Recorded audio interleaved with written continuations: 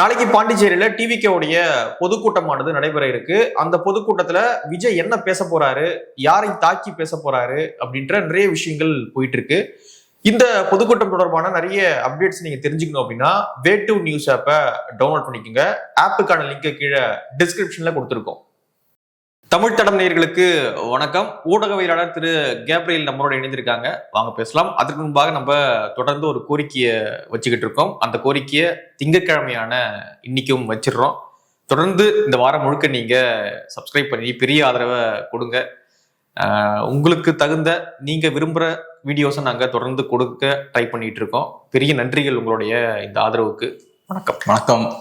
நேற்று நாம் தமிழ் கட்சியினுடைய ஆர்ப்பாட்டம் கள்ளக்குறிச்சியில நடந்தது. 3 கோரிக்கையை முன் வச்சிருந்தாங்க. பஞ்சமர் நில மீட்பு, சாதிவாரி கணக்கெடுப்பு, தேவேந்திர குல வேளாளர்கள் பட்டியல் வெளியேற்ற கோரிக்கையை நிறைவேற்றணும் அப்படின்னு சொல்லிட்டு 3 கோரிக்கைகள் இதெல்லாம் முன்வைத்து ஆர்ப்பாட்டத்தை நடத்தியிருந்தாங்க. ஸோ இந்த ஆர்ப்பாட்டம் கிட்டத்தட்ட பட்டியல் சமூகத்தை குறிவைக்கக்கூடிய, இன்னொரு பக்கம் வன்னியர் சமூகத்தை குறிவைக்கக்கூடிய ஒரு ஆர்ப்பாட்டமாக பார்க்கப்பட்டது. இந்த சாதிவாரி கணக்கெடுப்புன்றது பாமகவும் கையில் எடுத்திருக்காங்க. அவங்களும் அடுத்த வாரம் நினைக்கிறேன் அவங்க ஆர்ப்பாட்டத்தையும் ஒன்று அறிவிச்சிருக்காங்க. இந்த சமயத்துல நாம் தமிழ் கட்சி இந்த சாதிவாரி கணக்கெடுப்பு அப்படின்ற ஒரு விஷயத்தை கையில் எடுக்கிறாங்க. இன்னொரு பக்கம் பஞ்சமர் நில மீட்பு அப்படின்னு ஒரு விஷயத்தை கையில் எடுக்கிறாங்க. தேவேந்திர குல வேளாளர்களுடைய அந்த பட்டியல் வெளியேற்ற கோரிக்கையை நிறைவேற்றணும் அப்படின்ற கோரிக்கையும் அவங்க கையில் எடுக்கிறாங்க. ஸோ நாம் தமிழ் கட்சியினுடைய பாலிடிக்ஸ் எப்படி இருக்குன்னு பாக்குறீங்க? ரொம்ப தேவையான விஷயங்கள் இது எல்லாமே. குறிப்பா இப்ப பார்த்தோம்னா திராவிட கட்சிகள் ஓரளவுக்கு ஒரு எல்லாரையும் ரெப்ரசன்ட் பண்ண முடியாது அப்படின்ற இடத்துக்கு வந்துட்டாங்க.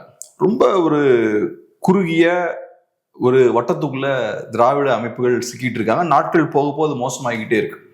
ஃபேமிலி பாலிடிக்ஸ் அங்க இருக்கு. ஸோ நிறைய பேரை உள்வாங்க முடியல, எல்லாருக்கும் ரெப்ரசன்டேஷன் கொடுக்க முடியல. ஸோ அந்த திராவிட கட்சிகள் பார்த்தோம்னா ரொம்ப வீக் ஆகிட்டு இருக்காங்க. அதனால நேச்சுரலா என்ன ஆகுது, நிறைய அதிருப்திகள் வர ஆரம்பிக்குது. நீங்க சொன்ன மாதிரி ஒடுக்கப்பட்ட மக்களுக்கெல்லாம் நிறைய அதிருப்திகள் இருக்கு. ஸோ இப்ப அவங்களோட பிரச்சனைகளை பேச வேண்டிய தேவையும் இருக்கு. நாம் தமிழர் மாதிரியான ஒரு கட்சி லாஸ்ட் ஒரு 10 இயர்ஸ்ல பார்த்தோம்னா இவ்வளவு வேகமா ரேப்பிடா க்ரோ ஆயிருக்காங்க. 1%ல இருந்து 8% வளர்ந்துருக்காங்க. இது காட்டக்கூடிய விஷயம் என்னன்னா, நான் ஏற்கனவே சொன்ன மாதிரி நிறைய மக்கள் அதிருப்தியா இருக்காங்க. திராவிட கட்சிகள் அவங்களோட நலன்களை ரெப்ரசன்ட் பண்ண மாட்டேங்கிறாங்க. ஸோ நேச்சுரலா நாம் தமிழர் கட்சி மாதிரியான கட்சிகளோட தேவை அவங்களுக்கு ஏற்படுது. அதுவும் குறிப்பா இப்ப நீங்க சொன்ன மாதிரி பாமகவும் போராட்டங்கள்லாம் அறிவிச்சிருக்காங்க, நாம் தமிழர் கட்சியும் அதை பண்றாங்க. பட் 2 பேரும் பண்ற இந்த விஷயத்துல வித்தியாசம் இருக்கு. நாம் தமிழர் கட்சி பண்ணும்போது ஒட்டுமொத்த தமிழர்களையும் அவங்க ரெப்ரசென்ட் பண்றாங்க. நிறைய பேருக்கு தமிழ்நாட்டுல பிரதிநிதித்துவம் இல்லை. ஸோ அப்ப ஒட்டுமொத்தமா தமிழ்நாடு முழுக்க யாருக்கெல்லாம் ரெப்ரசன்டேஷன் இல்லையோ எல்லாரோட பிரச்சனையும் அவங்க கையில் எடுத்து பேசுறாங்க. அப்ப அதுக்கு இன்னும் கொஞ்சம் கூட வைடர் ரீச் இருக்கும்.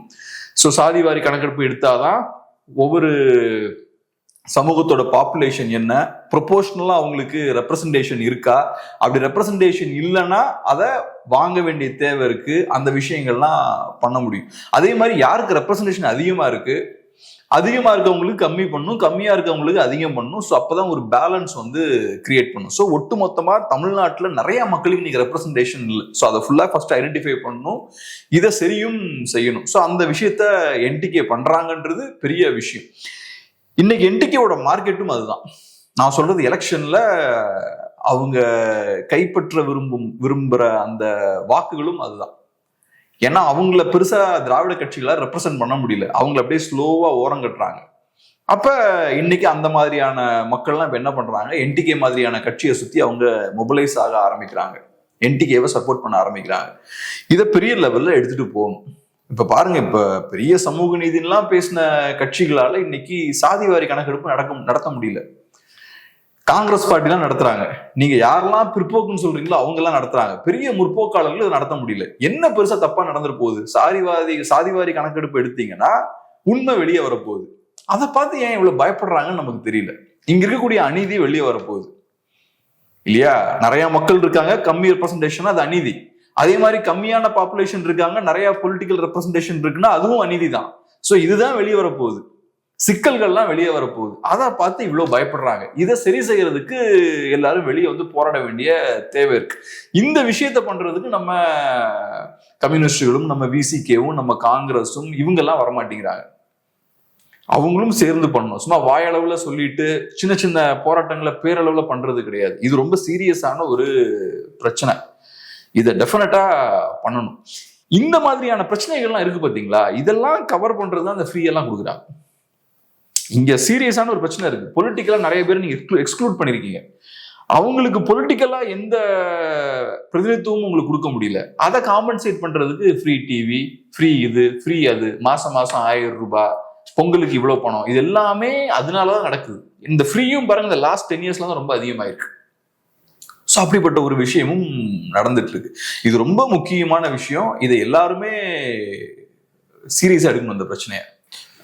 அது ஓகே, சீரியஸான விஷயம் எல்லாம் ஓகே. இது வாக்காக மாறுமா அப்படின்ற ஒரு கேள்வி இருக்குல்ல. தொடர்ச்சியாக இயற்கை சார்ந்து நிறைய மாநாடுகளை வந்து நடத்திட்டு இருந்தாங்க நாம் தமிழர் கட்சி. இப்போ அது முடிந்து வேறு சில விஷயங்களையும் அவங்க கையில் எடுத்து ஆர்ப்பாட்டங்களை நடத்த ஆரம்பிச்சிருக்காங்க. எப்படி இது வாக்காக மாறுமா, எப்படி பாக்குறீங்க? இது கண்டிப்பா வாக்கா மாறி இருக்கு. ஏற்கனவே 1 to 8 என்டிகே வளர்ந்துருக்காங்கன்னா வாக்கா மாறி இருக்கு. சில மக்களை திராவிட கட்சிகளால உள்வாங்க முடியல, அவங்களுக்கு கொடுக்க வேண்டிய ரெப்ரசன்டேஷனை கொடுக்க முடியல. அப்ப அவங்களுக்கு எல்லாம் என்டிகே மாதிரியான ஒரு புது அரசியல் கட்சி இருக்காங்க பாருங்க, அவங்கதான் வாய்ஸா இருக்காங்க. சோ அப்படி இருக்கும்போது நேச்சுரலா இப்ப வாக்காவும் கன்வெர்ட் ஆகும்ல. இப்ப டிஎம்கேவால பேச முடியாத, செய்ய முடியாத விஷயங்கள்லாம் என்டிகே பேசுறாங்க. சோ அப்ப நேச்சுரலா அவங்க இந்த பக்கம் வரும்போது வாக்காவும் அது மாறும்ல. எல்லாருமே அப்படியே குவைட்டா இருக்க மாட்டாங்கல்ல. நேச்சுரலா அங்கிருந்து எல்லாம் இந்த சைடு நிறைய பேர் வரதான் செய்வாங்க.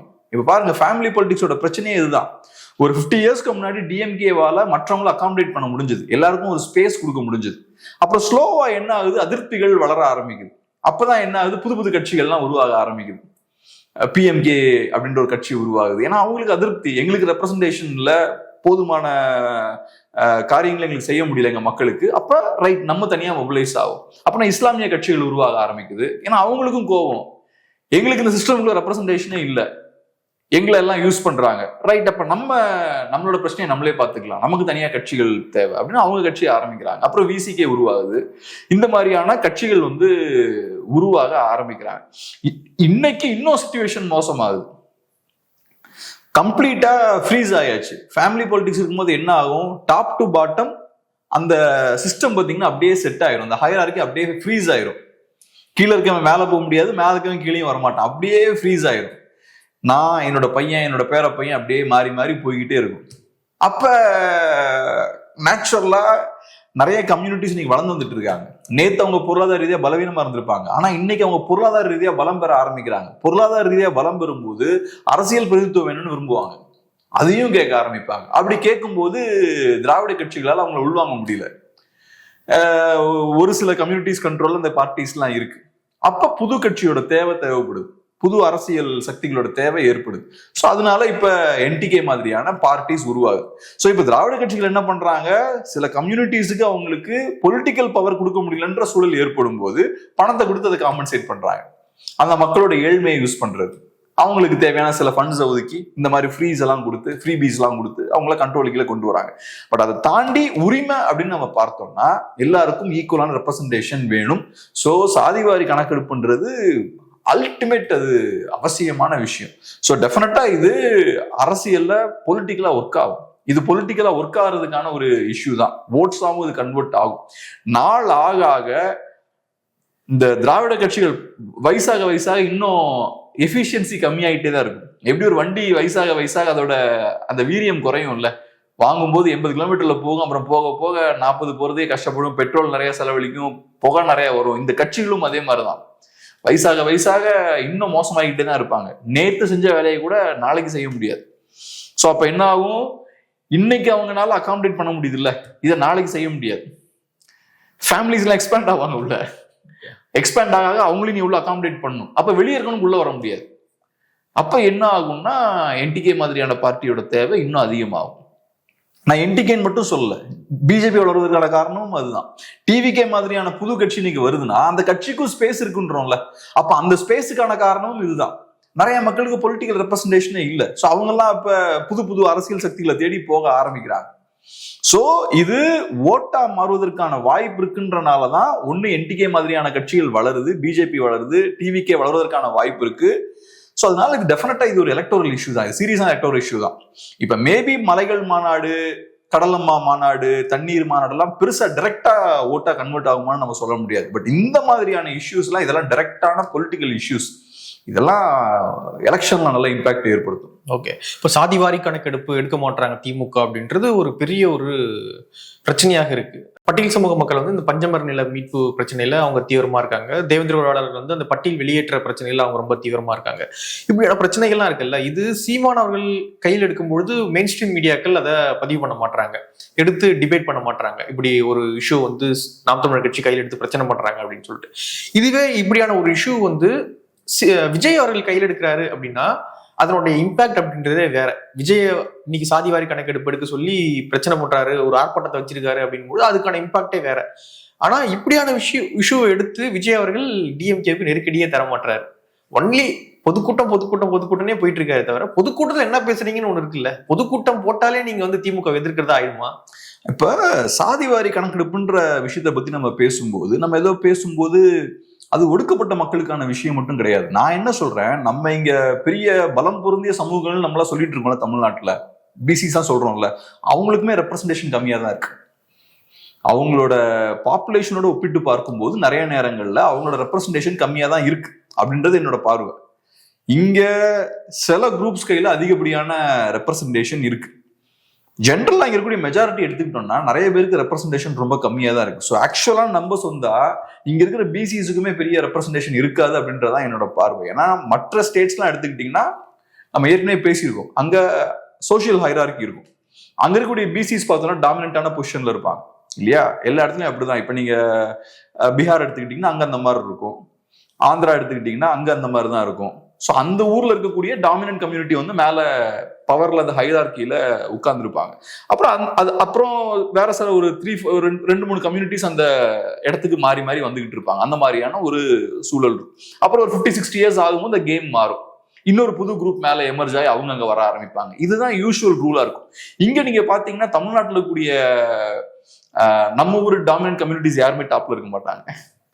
ஸோ நீங்க இது ஏதோ வெறுமனே ரெப்ரசன்டேஷன் நம்ம பேசும்போது சில பேருக்கு ஒண்ணுமே இல்லை, ஒடுக்கப்பட்ட மக்கள் மட்டுமே அஃபெக்ட் ஆகுறாங்கன்ற மாதிரி நீங்க ஜென்ரலா பார்க்க முடியாது. ஓவராலா பாத்தீங்கன்னா நான் சொல்றது என்னன்னா, டாமினன்ட் பிசி கம்யூனிட்டிஸ் இருப்பாங்கல்ல, அவங்களுக்குமே அவங்களோட பாப்புலேஷனுக்கு ஏற்றாற்போல் ரெப்ரசன்டேஷன் இருக்காதுன்றதான் என்னோட பார்வை. சில பிசி கம்யூனிட்டிஸ்க்குமே பெரிய ரெப்ரசன்டேஷன் இருக்காது. ஸோ இது ஒட்டுமொத்தமா எல்லாரையுமே அஃபெக்ட் பண்ற விஷயம் தான். ப்ரொபோஷனலான ரெப்ரசன்டேஷன் இருக்காது. சோ இது எல்லாரையும் அஃபெக்ட் பண்ணக்கூடிய ஒரு விஷயம் தான். இப்ப நீங்க கேக்குறது என்னன்னா, டிவிக்கு ஏன் இதை எடுத்து பேசல, அவங்க போராட்டங்கள்லாம் நடத்தினா பெரிய இம்பாக்ட் ஏற்படுத்தலாமே. இப்ப கூட ஒரு போராட்டத்தோட வீடியோ பாக்குறேன், போலீஸ்காரனை கடிக்க போயிட்டாங்க, அடிச்சிட்டாங்க, போட்டு கடிக்கிறாங்க போலீஸ்காரங்க. போராட்டம்னா இப்படிப்பட்ட ஒரு போராட்டத்தை உலகத்துல எவனாவது பார்த்திருப்பானா? அதுவும் கடிக்க போறது பார்த்தா சும்மா சாதாரணமாலாம் இல்ல, அப்படியே ஃபாலோ பண்றது, வாயை திறந்துக்கிட்டு ஃபாலோ பண்ணி கையை பிடிச்சி கடிக்கிறாரு. ஸோ இவங்களை வச்சு நீங்க எப்படி போராட்டம் பண்ணுவீங்க? இவங்க பண்ற எல்லா ஆக்டிவிட்டிஸையும் க்ளோஸா பாத்தீங்கன்னா இவங்களே இவங்களுக்கு டேமேஜ் ஏற்படுத்திக்கிறாங்க. டிவிக்கு டேமேஜ் ஏற்படுத்துறதுக்கு வெளியில 3வது மனுஷன் தேவையே இல்லை, அந்த கட்சியை எதிர்க்கக்கூடியவன் தேவையே இல்லை.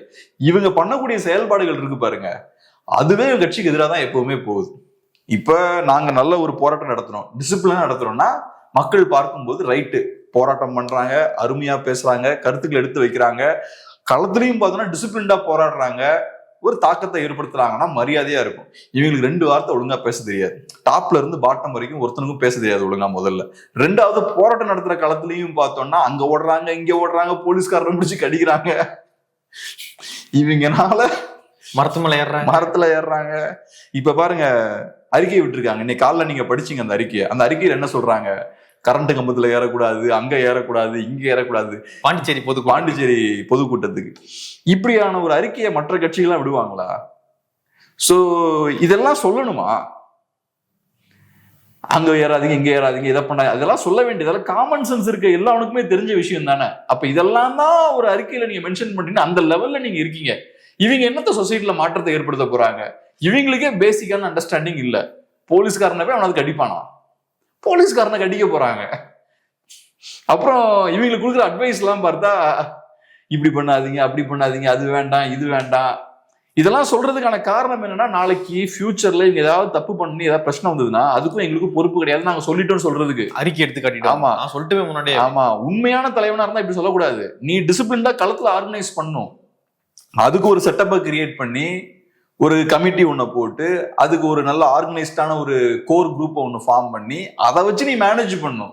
அது இல்லாம குழந்தைங்களை கூட்டு வராதிங்க, இது பண்ணாதீங்க, அது பண்ணாதீங்க, அப்படி பண்ணாதீங்க, நாளைக்கு ஏதாவது அசம்பாவிதம் நடந்ததுன்னா எங்களுக்கு சம்பந்தமே கிடையாது. பொறுப்பு துறப்பு மாதிரி வீடியோல போடுவாங்க. ஆமா, அந்த மாதிரி டிஸ்க்ளைமர் போட்டாங்க. இப்பவே நாங்க தான் சொல்லிட்டோமே மரத்துல ஏறக்கூடாதுன்னு. அவ்வளவுதான், ஏறி சத்தா நிக்கிறேன் கிடக்குது. அதான். சோ இவங்களை நம்பி இந்த கூட்டமும் போய்கிட்டு இருக்கு. அதனால இவங்களை நம்பி நம்மளும் இருக்க முடியாது. இவங்க போராட்டம் நடத்தி இந்த பிரச்சனைக்கு தீர்வு காணுவாங்கன்னா நம்மளும் அதை அஃப்கோர்ஸ் நம்ப முடியாது. அதை இவங்களுக்கு போராட்டம் நடத்தக்கூடிய கெப்பாசிட்டியே கிடையாது. இவங்க இப்ப பண்றதெல்லாம் அரசியல் செயல்பாடே கிடையாது. இவங்க போராட்டமோ ஒரு பெரிய ஒரு அரசியல் பொதுக்கூட்டமோ அதெல்லாம் நடத்துற கெப்பாசிட்டி கிடையாது. இவங்க ஒரு ஃபேன் மீட்டா நடத்திட்டு இருக்காங்க. இவ்வளவு நாளா டிவிக்கு பண்ணது எல்லாமே வெறும் ஃபேன் மீட் தான். அவரை பார்க்க வர்றதும் ஃபேன்ஸ் ஒரு ஸ்டாரை பார்க்க தான் வராங்க. அவரோட அரசியலுக்காக எல்லாம் யாரும் வரல. அவரும் பெரிய ஆழமான அரசியல் எல்லாம் பேசல. அவரும் என்ன பண்றாரு, அவரோட ஃபேன்ஸை குஷி பண்றதுக்கான விஷயங்கள், குஷிப்படுத்துறதுக்கான விஷயங்கள் எல்லாம் பண்றாரு. அதாவது பஞ்சு பேசுறது, நையாண்டி பண்றது, அதெல்லாம் பார்த்தா ரொம்ப ஸ்டாலின் அங்கிள் அப்படின்னு. ஏன்னா அதை சொல்றேன்னா, விஜய் நான் ஒரு விஷயத்துல நான் பாராட்டுவேன். ஒரு ஸ்டேச்சரை மெயின்டைன் பண்றது இருக்குல்ல. ஸ்டாலின் சும்மா பேச மாட்டார்ல, வெளியே பேசுறாருன்னா என்னைக்காவது ஒரு நாள் எலெக்ஷன் டைம்ல அப்படியே அவரு பேசுறாருன்னா அது பெரிய இவெண்ட். சும்மா பேசுறதுலாம் இல்ல. கருணாநிதி அவர்கள் கூட பிரஸ் மீட் எல்லாம் வைப்பார். இவர் பிரஸ் மீட் எல்லாம் கூட பெருசா பேசுறது கிடையாது. சோ அவருக்குன்னு ஒரு ஸ்டேச்சரை மெயின்டைன் பண்றாரு. நான் ஒரு பெரிய இடத்துல இருக்கேன், நான் சும்மா ஈஸிலி அக்சசபிள் கிடையாது. கேப்ரியல் மகாபிரபு மாதிரி சும்மா பேசிட்டு இருக்காரு கிடையாது. நான் ஒரு பெரிய இடத்துல இருக்கேன். விஜயும் அந்த மாதிரிதான் ஒரு ஸ்டேச்சரை மெயின்டைன் பண்றாரு சொசைட்டில. சினி இண்டஸ்ட்ரியில நான் தான் பினக்கிள்ல இருக்கேன், நான் டாப்ல இருக்கேன். நான் ஈஸிலி அக்சசபிள் கிடையாது. நான் வெளியே சும்மா பேசிட்டுலாம் இருக்க மாட்டேன். என்னைக்காவது ரொம்ப ரொம்ப ரொம்ப ரேரா தான் நான் பேசுவேன். கடைசியா நான் பார்த்தது ஒரு இன்டர்வியூ, அந்த ஒரு படத்துக்கு அவர் ஒரு இன்டர்வியூ கொடுத்தாரு. அந்த டைரக்டரே இன்டர்வியூ பண்ணியிருந்தாரு, நெல்சன் இன்டர்வியூ பண்ணியிருந்தாரு விஜய. அதை தாண்டி எனக்கு தெரிஞ்ச ஞாபகம் இல்லை. வேற எதுவும் இன்டர்வியூஸ் கொடுத்த மாதிரிலாம் எனக்கு ஞாபகம் இன்டர்வியூ கொடுக்க மாட்டாரு. ஆமா, அன்னைக்கு அந்த மீட்டிங் வைக்க முடியல, அதனால இன்டர்வியூ கொடுத்தாங்க. சோ விஜய் பேசுறத பாக்குறதே ரொம்ப ரேர் தான். அப்படி இருக்கும்போது அந்த அந்த அந்த சர்வீஸுக்கு பெரிய ஒரு டிமாண்ட் இருக்கு. அதை நீங்க ப்ராப்பரா யூஸ் பண்ணணும். உங்க ஒரு பெரிய ஒரு ஹை ஸ்டேச்சரை நீங்க செட் பண்ணி வச்சிருக்கீங்க பாருங்க, அதுக்கேத்த மாதிரி நீங்க பிஹேவ் பண்ணணும். நீங்க பாட்டுக்கு பேசும்போது ரொம்ப கேஷுவலா ஏதோ நாஞ்சல் சம்பத் அவர்களை போலியோ உங்களோட மற்ற பேச்சாளர்கள் போலியோ நீங்க பேச முடியாது. ரொம்ப கேர்ஃபுல்லா, ஏன்னா உங்களுக்கு இழக்கிறதுக்கு நிறைய இருக்கு. ஒரு பெரிய இடத்துல நீங்க இருக்கீங்க. ஸோ இவங்க பாத்தீங்கன்னா இவ்வளவுதான் பண்றாங்க. ஒண்ணு பொலிட்டிக்கல் ஈவெண்ட்னே இதை நம்ம சொல்ல முடியாது. ஜஸ்ட் இவங்க போய்கிட்டு சின்ன ஒரு திமுக எதிர்ப்பு, அப்புறம் லைட்டா ஸ்டாலின் அங்கிள் அதுன்னு 2-3 அட்டாக்கு, அதை தாண்டி பெரிய டீப்பான பொலிட்டிக்ஸ்லாம் எதுவும் கிடையாது. ஸோ இவர் என்ன பண்றாருன்னா, நம்ம ரசிகர்களை குஷிப்படுத்தணும், ரசிகர்களை பொறுத்தளவு தலைவரை போய் பார்த்தரணும். இவ்வளவுதான் அங்க நடக்குது. இங்க அரசியல் எதுவுமே நடக்கல, இந்த விஷயம் தான் நடக்குது. ஸோ இவரை பாக்குறதுக்காக கூட்டம் கூட்டமா போறதுல எல்லாம் பிரச்சனையை பண்றது, போலீஸ்காரனை கடிக்கிறது, இந்த மாதிரி ஏதாவது கிருத்தனம் பண்ணிக்கிட்டே இருக்கிறது. அவரும் பார்த்தோம்னா இந்த மக்களை டெவலப் பண்றதுக்கான எந்த வேலையும் பண்ணல. அதை டெவலப் பண்ணும், அவங்கள சரி பண்ணணும்னா இப்படி இருக்க மாட்டாங்க. களத்துல இறங்கி நீட்டான ஒரு பார்ட்டியை கட்டி கரெக்டான ஒரு ஆர்கனைசிங் ஸ்ட்ரக்சரை ஒன்று கிரியேட் பண்ணி ஒருத்தருக்கு அதிகாரத்தை கொடுத்து இதெல்லாம் சரி பண்ணுன்னு சொல்லி அவர் இன்னும் நிறைய பேருக்கு அதிகாரத்தை கொடுத்து அப்பதான் பார்ட்டியை கண்ட்ரோலுக்குள்ள கொண்டு வர முடியும். அந்த மாதிரியான மெக்கானிசம் எதுவுமே இல்லை. நம்ம எங்க போனாலும் கூட்டம் வரும், ஏதாவது ஒரு கூட்டத்தை எங்கேயா வர வைப்போம், அவ்வளவுதான். அது டிசிப்ளினான கூட்டமா இல்லைன்னா என்ன, அவனுக்கு தான் பிரச்சனை. அந்த கூட்டம் டிசிப்ளினா இல்லாததால யாருக்கு பாதிப்பு? விஜய்க்கு ஒன்றும் பாதிப்பு கிடையாது. அவர் நல்ல கேரவேன்லாம் அங்கங்க உட்கார்ந்துருப்பாரு, அவருக்கு ஒன்றும் பிரச்சனை இல்லை, சுத்தி பாடி கார்ட்ஸ் இருப்பாங்க. ஸோ அந்த கூட்டம் டிசிப்ளினா இல்லாததால அந்த கூட்டத்துக்கு தான் பாதிப்பு. 41 பேர் இறந்தாங்க. இப்பவும் பாருங்க டிஸ்க்ளைமர் போட்டாங்க. இப்ப கூட 5000 பேர் தான் பாண்டிச்சேரியில நாளைக்கு கூடணும்னு சொல்லியிருக்காங்க. தமிழ்நாடு காவல்துறையை விட பாண்டிச்சேரி காவல்துறை ரொம்ப அதிகமான கெடுபிடி போட்டாங்க. QR கோட்லாம் இருக்கு, நீங்க அதெல்லாம் ஸ்கேன் பண்ணிட்டு தான் உள்ள வரணும். தமிழ்நாட்டில இருந்து யாரும் தொண்டர்கள் உள்ள வந்துடக்கூடாது, அப்படி எல்லாத்தையும் சொல்லியிருக்காங்க. அதை எல்லாத்தையும் மென்ஷன் பண்ணி தான் இன்னைக்கு காலையில அறிக்கையானது டிவிக்கு வெளியிட்டு இருக்காங்க. பாருங்க எவ்வளவு பெரிய பப்ளிக் நியூசன்ஸ் பாருங்க அவங்களால. இப்ப பாண்டிச்சேரியில ஏன் அவங்க ஃபோக்கஸ் பண்றாங்கன்னு நினைக்கிறீங்க? ரோட் ஷோ பண்ணா அது பெரிய கூட்டம் கூடும், அந்த இம்பாக்டை வச்சு தமிழ்நாட்டுல ஒரு ப்ரொபகண்டா பண்ணலாம் அப்படின்னு நினைச்சாங்க. அது நடக்காம போயிடுச்சு. ரோட் ஷோ நடத்தக்கூடாதுன்னு சொல்லிட்டாங்க, அதெல்லாம் பண்ணக்கூடாது பாண்டிச்சேரின்னு திட்டவட்டமா சொல்லிடுச்சு காவல்துறை. வேற வழி இல்லாம நடத்துறாங்களா இந்த பொதுக்கூட்டத்தை, அல்லது இதுக்குள்ள வேற ஏதாவது ஒரு அரசியல் பாண்டிச்சேரியில என்ன பண்ண போறாங்க அப்படின்னு ஒரு கேள்வி இருக்குல்ல.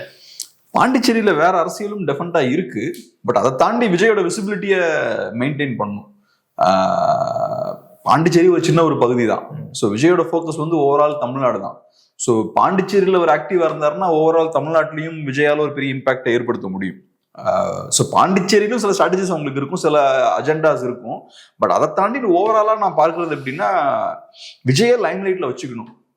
அப்ப ஓகே, பாண்டிச்சேரி ஒரு நல்ல பிளாட்ஃபார்ம். தமிழ்நாட்டில் சிக்கல் ஏற்பட்டிருக்கு, தமிழ்நாட்டில் இன்னொரு பிரச்சார மேடையெல்லாம் ஆர்கனைஸ் பண்ணா அது கொஞ்சம் உடனே பார்க்கும்போது கொஞ்சம் ஆக்வர்டா தான் இருக்கும். ஏன்னா 41 பேர் இறந்துருக்காங்க, நீங்க ஒரு சாரி கேட்கல, அதை பத்தி நீங்க பெருசா பேசல. ஆனா திடீர்னு நீங்க இப்படி வந்து பிரச்சாரம் பண்ண ஆரம்பிக்கிறீங்கன்னா மக்கள் அதை உள்வாங்கிறது கஷ்டமா தான் இருக்கும். இல்ல இப்ப ரீசெண்டா உள்ளரங்க கூட்டம் அது இது நிறைய மீட்டிங் நடத்திட்டாங்கல்ல, அதெல்லாம் அதுக்காக தான். ஸோ ஒரு மாதிரி ஒரு ஸ்மூத்தா ஸ்டெப் பை ஸ்டெப்பா அப்படியே கொண்டு வராங்க மெதுவா ஒரு உள்ளரங்க மீட்டிங். விஜயை பொறுத்தளவில் அவர்கிட்ட இருக்கக்கூடிய ஒரே ஸ்ட்ரென்த் என்னன்னா அவரோட மாஸ் மட்டும்தான். இந்த உள்ளரங்க கூட்டம்லாம் அவருக்கு வேலைக்கு ஆகாது. 2000 பேரை கூட்டி உள்ள உட்கார வச்சு ஐடி கார்டெல்லாம் செக் பண்ணி நீங்க இப்படி கை தட்டணும் அப்படி கை தட்டணும்னு சொல்லிலாம் நடத்தினா சரி வராது. விஜயோட ஸ்ட்ரென்த் என்னன்னா, சினிமாக்காரங்க ஒரு ஸ்ட்ரென்த் என்ன பார், என் படத்துக்கு காலையில 6 மணிக்கே கூட்டம் எப்படி வந்து நிக்குது, ஃபர்ஸ்ட் டேவே எவ்வளவு டிக்கெட்ஸ் வாங்கிட்டோம், ஃபர்ஸ்ட் டே கலெக்ஷன் பண்ணி ரெக்கார்டெல்லாம் பிரேக் பண்ணிருச்சு. இதுதான் அவரோட ஸ்ட்ரென்த். இங்கேயும் அவரோட ஸ்ட்ரென்த் வந்து கூட்டம் கூட்டமா எல்லாம் வெளியே வந்து பயங்கரமான ஒரு மாஸ் காட்டுறது தான் அவரோட ஸ்ட்ரென்த். ஸோ அதை காட்ட வேண்டிய தேவை அவருக்கு இருக்கு. அப்ப பொதுக்கூட்டம், ரோட் ஷோஸ்லாம் அவருக்கு அவசியம். ஆனா அன்பார்ச்சுனேட்லி அவங்க ஏற்கனவே கரூர்ல பண்ண ரோட் ஷோ பெரிய டிசாஸ்டரா போய் முடிஞ்சிருச்சு. திரும்ப ரோட் ஷோன்னு வந்தாங்கன்னா மக்களே கடுப்பாயிருவாங்க. ஸோ அதனால இப்ப ரோட் ஷோன்ற ஃபார்மேட்டை அவங்க கையில் எடுக்க முடியாது. வேற என்ன ஆப்ஷன் இருக்கு? ஹாலில் உட்காந்து பேசலாம். நான் சொன்ன மாதிரி ஹாலில் உட்காந்து பேசும்போது அது பெரிய தாக்கத்தை ஏற்படுத்தாது. நம்ம அந்த வீடியோஸ் பார்த்தோம், அந்த ஹாலில் உட்காந்து பேசுற வீடியோஸ் பார்த்தோம், அது பெரிய இம்பாக்டை ஏற்படுத்தாது. அது ஒரு பெரிய ஒரு எனர்ஜெட்டிக்கான ஒரு விஷயமா இருக்காது. பிளஸ் காலையில இருந்து நைட் வரைக்கும் அது ஒரு பேசு பொருளாகவும் இருக்காது. ஆனா நீங்க ஒரு பொதுக்கூட்டம் நடத்துறீங்க, ஓப்பன் கிரவுண்ட்ல பெரிய ஒரு மீட்டிங் போடுறீங்கன்னா அது ஒரு இம்பாக்டை ஏற்படுத்தும். அது ஒரு ரோட் ஷோ அளவுக்கு இம்பாக்ட் ஏற்படுத்தலன்னா கூட ஓரளவுக்கு பெட்டரான ஒரு இம்பாக்டை ஏற்படுத்தும். ஒரு ஹால் மீட்டிங்கை விட பெட்டரான இம்பாக்டை ஏற்படுத்தும். காலையிலேயே அது ஒரு நியூஸா மாறும். ஸ்டேஜ் போட்டிருக்காங்கம்பாங்க, காலையிலேயே ஆட்கள் வர ஆரம்பிச்சிட்டாங்கம்பாங்க. ரோட் ஷோ அளவுக்கு இருக்காது, பட் இருக்கும், கண்டிப்பா ஒரு இம்பாக்ட் அது ஏற்படுத்தும். ஸோ அதை விரும்புவாங்கன்னா நான் பாக்குறேன். அவங்களுக்கு அந்த இருக்கக்கூடிய ஸ்ட்ரென்த் என்னன்னா, நாங்க பெரிய ஒரு பலம் பொருந்திய ஒரு ஆட்களா இருக்கோம், நாங்க பெரிய ஒரு மாஸ் எங்களுக்கு இருக்குன்றதை நிரூபிக்க தான் முயற்சி பண்ணுவாங்க. அது தவிர அந்த கட்சிக்கும் அந்த தலைவருக்கும் ஒன்றும் கிடையாது. இந்த ஒரு மாஸ் மட்டும்தான் அவங்களுக்கு. அது எலெக்ஷன் ரிசல்ட் வரும்போது உடஞ்சு போயிடும். அது வரைக்கும் அந்த இமேஜை மெயின்டைன் பண்ணிக்கிட்டே இருப்பாங்க. இப்ப பாத்தீங்கன்னா அந்த கருத்து கணிப்புகள்லாம் வருது இல்ல, அதை கட்டமைக்கிறதுக்காக தான் அந்த கருத்து கணிப்புலாம் வர்றது. அதுல ஒரு உண்மையும் கிடையாது. விஜய்க்கு 70 சீட்டு, அவருக்கு 30% ஓட்டு வரைக்கும் இருக்க வாய்ப்பு இருக்கு, 2 கோடி ஓட்டுக்கு மேல இருக்க வாய்ப்பு இருக்கு. இந்த மாதிரியான கதைகள் எல்லாம் உருட்டுறதுக்கு காரணமே அவருக்கு என்ன ஆக்சுவல் ஸ்ட்ரென்த் இருக்குன்னு எக்ஸாக்டா யாருக்கும் தெரியாது, உங்களுக்கும் தெரியாது, எனக்கும் தெரியாது. அது தெரியறதுக்கு இன்னொரு 5-6 மாசம் ஆகும். ஆனா அதுக்கு முன்னாடி அவருக்கு ஏகப்பட்ட ஹைப் கொடுக்குறது, ஒரு இல்லாத பில்டப்ப முரட்டுத்தனமா கொடுத்துட்டு இருக்காங்க. அதை பார்த்து ஏமாறதுக்கும் ஆட்கள் இருக்காங்க. இப்போ நம்ம கொடுக்குறோம்ன்றதுலாம் வேற, ஊடகம் கொடுக்குது அதெல்லாம் ஒரு பக்கம். காங்கிரஸ் கொடுத்துக்கிட்டே இருக்காங்களே ஒரு பில்டப்ப. அந்த பக்கம் திமுக கூட நாங்க ஸ்ட்ராங்கா இருக்கோம், இண்டி கூட்டணி அப்படி இப்படிலாம் பேசிக்கிட்டு, இன்னொரு பக்கம் பிரவீன் சக்கரவர்த்தியை வச்சு டிவிக்கே விஜய் கூட வந்து பேச்சுவார்த்தை நடத்திட்டு இருக்காங்களே, என்ன சொல்ல வராங்க காங்கிரஸ்? காங்கிரஸ் பார்ட்டி எப்படிப்பட்ட பார்ட்டின்றத இந்த நியூஸை பார்த்தாலே நமக்கு புரிஞ்சுக்க முடியும். விஜயை சந்திச்ச பிரவீன் சக்கரவர்த்தி அப்படின்னு ஹெட்டிங் போட்டிருக்காங்க. கோவப்படுறது யாரு?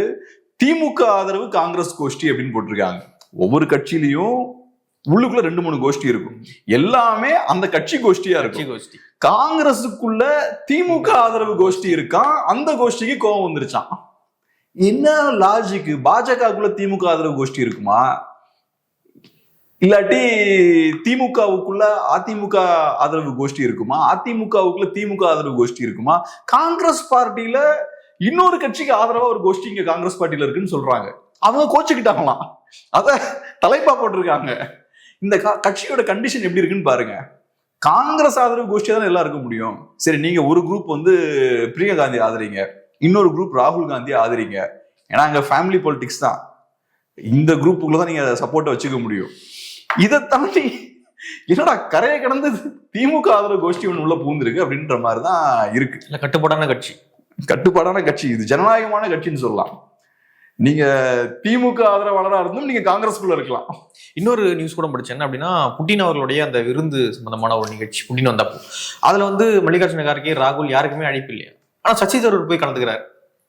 கேட்டா நான் போய் கலந்துக்கிட்டேன், நான் என்ன பண்றது, உங்களை அழைக்கல நான் என்ன பண்றது அப்படின்னு கலந்துக்கிட்டேன்ற. உங்களுக்கு எல்லாம் ஒர்த் இல்ல, என்ன கூப்பிடுறாங்க நான் போய் கலந்துக்கிட்டேன் அப்படின்ற மாதிரி அவர் போய் சசி தரூர் கலந்துக்கிறாரு. ஆனா லீடருக்குலாம் காங்கிரஸ் ஒரு லீடருக்கு அழைப்பு இல்லை. எப்படி புரிஞ்சுக்கிறதே தெரியும் அந்த கட்சியை. இப்போ நிறைய பேர் என்ன நினைக்கிறாங்கன்னா இது வந்து ஏதோ ஒரு அந்த கட்சியோட டெமோக்ராட்டிக் வேல்யூஸை வெளிப்படுத்தக்கூடிய ஒரு விஷயமா பாக்குறாங்க நிறைய பேர்.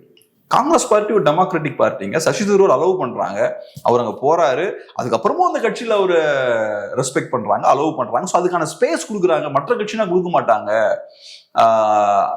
அப்படின்ற மாதிரி இது ஏதோ பாசிட்டிவான விஷயம் மாதிரி நிறைய பேர் பாக்குறாங்க. அப்படி கிடையாது. இது வந்து காட்டக்கூடிய விஷயம் என்னன்னா அந்த கட்சியில ஒரு டிசிப்ளின் இல்லை, கம்ப்ளீட்டா ஒரு கேஆட்டிக்கான ஒரு ஸ்ட்ரக்சர் இருக்காங்க. டிசிப்ளின் இல்லாத ஒரு கட்சியால எதுவும் பண்ண முடியாது, டிசிப்ளின் இல்லாத ஒரு மனுஷனால எதுவும் பண்ண முடியாது. காலையில நான் எந்திரிக்கணும், கரெக்டா ஜிம்முக்கு போகணும், வாக்கிங் போகணும், அதுக்கப்புறம் கரெக்டான ஹெல்தியான ஃபுட்டை சாப்பிடணும், அதுக்கப்புறம் கரெக்டான டைம்ல ஆஃபீஸுக்கு போகணும், அதுக்கப்புறம் செய்ய வேண்டிய வேலைகளை கரெக்டாக செய்யணும், அதுக்கப்புறம் வீட்டுக்கு போகணும், கரெக்ட் டைமுக்கு தூங்கணும். இதெல்லாம் நம்ம பண்ணாதான் லைஃப்ல நான் ஜெயிக்க முடியும்.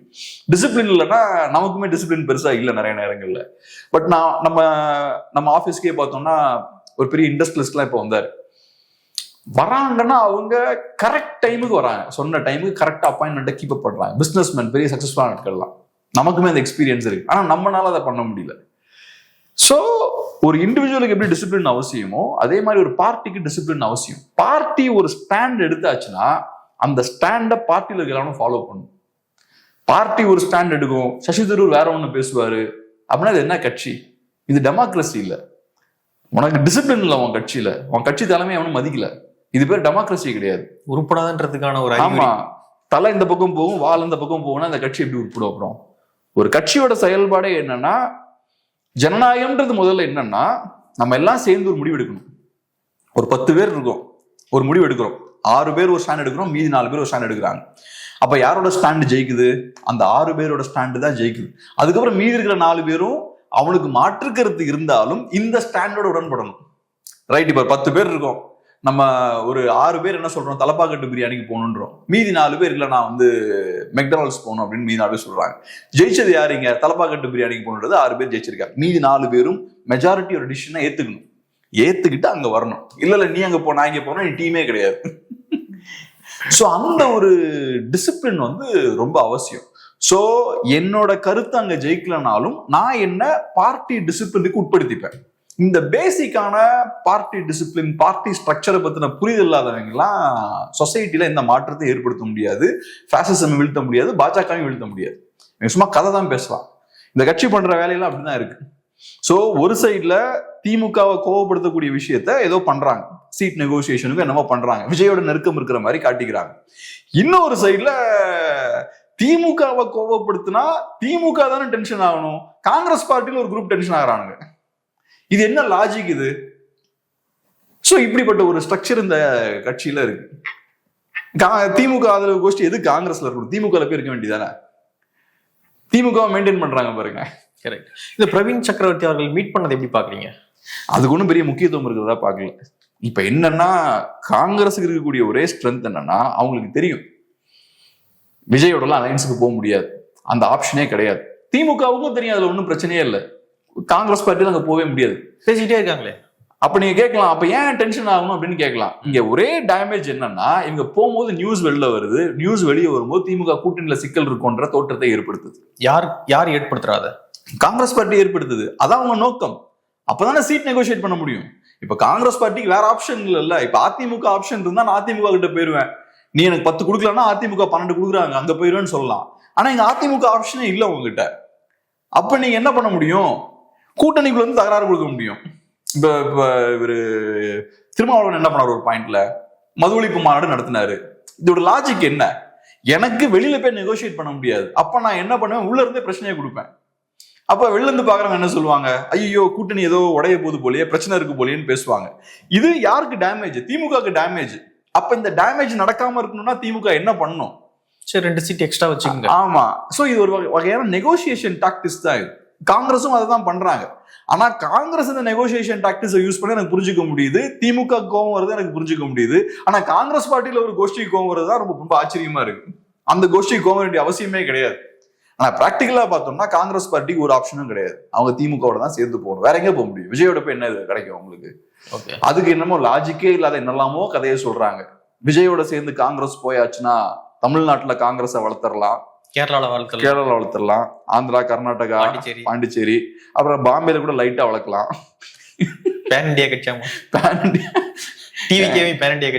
ஆமா.